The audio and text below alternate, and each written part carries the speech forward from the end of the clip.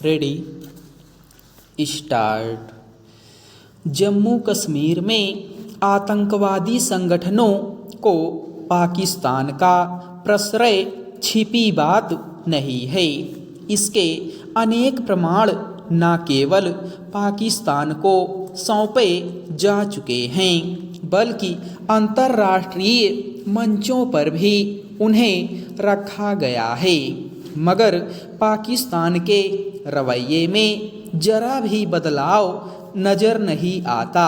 हालांकि पिछले कुछ वर्षों में भारतीय सेना की सख्ती, सतत सघन तलाशी और सीमा पर कड़ी चौकसी से आतंकी घुसपैठ में कमी आई है।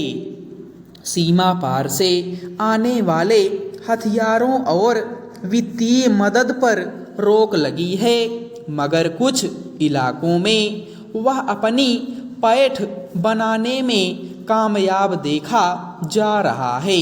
इसी का नतीजा है कि कश्मीर के पुंछ और राजौरी इलाके में पिछले दिनों आतंकवादी हमले बढ़े हैं। यह बात सेना दिवस पर भारतीय सेना प्रमुख ने भी स्वीकार की, मगर पिछले कुछ वर्षों में आतंकवादियों ने जिस तरह अपनी रणनीति बदली है और वे घात लगाकर सुरक्षा बलों पर हमला करते देखे जा रहे हैं, वह ज़्यादा चिंता की बात है।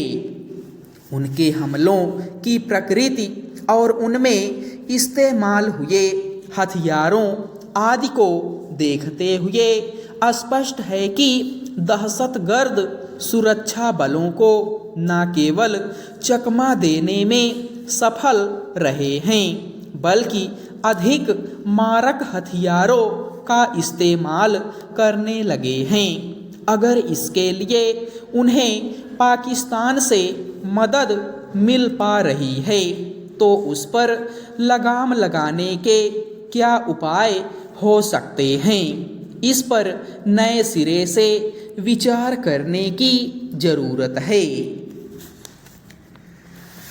घाटी में दहशतगर्दों को मदद पहुंचाने वालों पर नकेल कसने की हर कोशिश की गई है। हुर्रियत जैसे अलगाववादी संगठनों के नेताओं को सलाखों के पीछे डाला और उनके संगठन पर प्रतिबंध लगा दिया गया। उनके बैंक खाते बंद कर दिए गए। घाटी में जहां से भी आतंकी संगठनों को वित्तीय मदद पहुंच सकती है, उन सब पर अंकुश लगाने के प्रयास हुए हैं। पाकिस्तान के साथ सड़क मार्ग से होने वाली तिजारत लंबे समय से बंद है। इस तरह उधर से आने वाली हथियारों आदि की खेप रुक गई है। इसके बावजूद अगर आतंकवादी न केवल घाटी में सक्रिय हैं बल्कि थोड़े थोड़े समय बाद सुरक्षा बलों को चुनौती पेश कर देते हैं तो स्वाभाविक ही सवाल उठता है कि उनसे पार पाने की पुख्ता रणनीति क्यों नहीं बनाई जा पा रही। इस हकीकत से मुंह नहीं फेरा जा सकता कि अब भी स्थानीय लोगों में दहशतगर्दों को पनाह देने की प्रवृत्ति समाप्त नहीं हुई है। अनेक शैक्षणिक संगठनों और प्रतिष्ठानों में छानबीन के बाद मिले तथ्यों से स्पष्ट है कि स्थानीय युवाओं का आतंकी संगठनों के प्रति आकर्षण कम नहीं हुआ है। आतंकवाद किसी भी देश और समाज की तरक्की के लिए बहुत बड़ी बाधा होता है। निस्संदेह उस पर काबू पाने के लिए सेना की चौकसी अनिवार्य है। मगर यह भी सही है कि केवल सेना के सहारे इस समस्या पर काबू नहीं पाया जा सकता।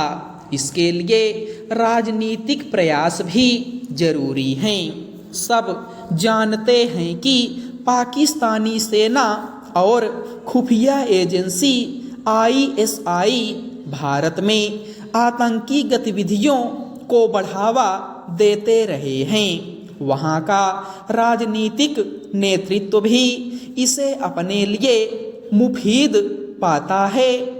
दोनों देशों के बीच राजनीतिक स्तर पर शांति प्रयास लंबे समय से रुके हुए हैं।